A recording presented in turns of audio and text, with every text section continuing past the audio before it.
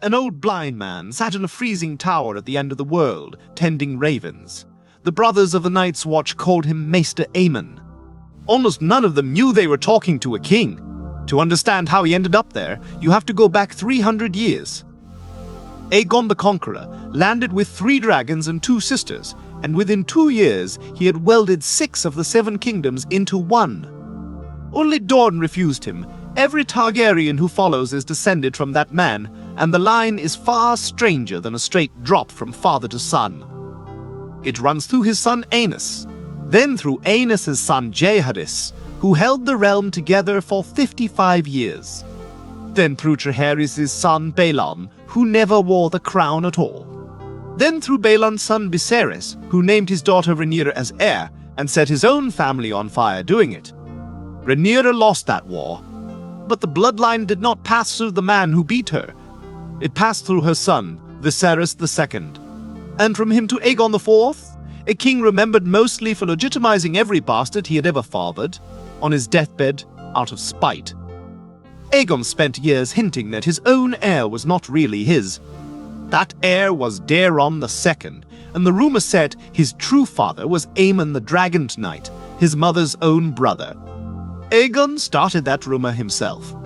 He also never once made it official because House Martell stood behind Daeron, and calling your son a bastard out loud means war. Daeron's 4th son was Maekar, and Maekar took the throne in the year 221. He had 4 sons. The eldest 2 died before he did. One fell in a rebellion, the other drank wildfire because he believed it would turn him into a dragon, which left the 3rd son, Aemon.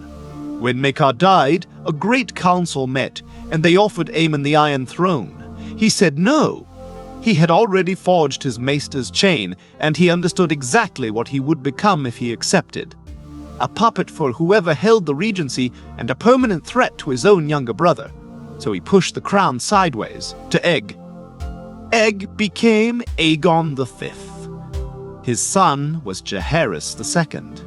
And his son was Aerys II, the one the histories would come to call the Mad King.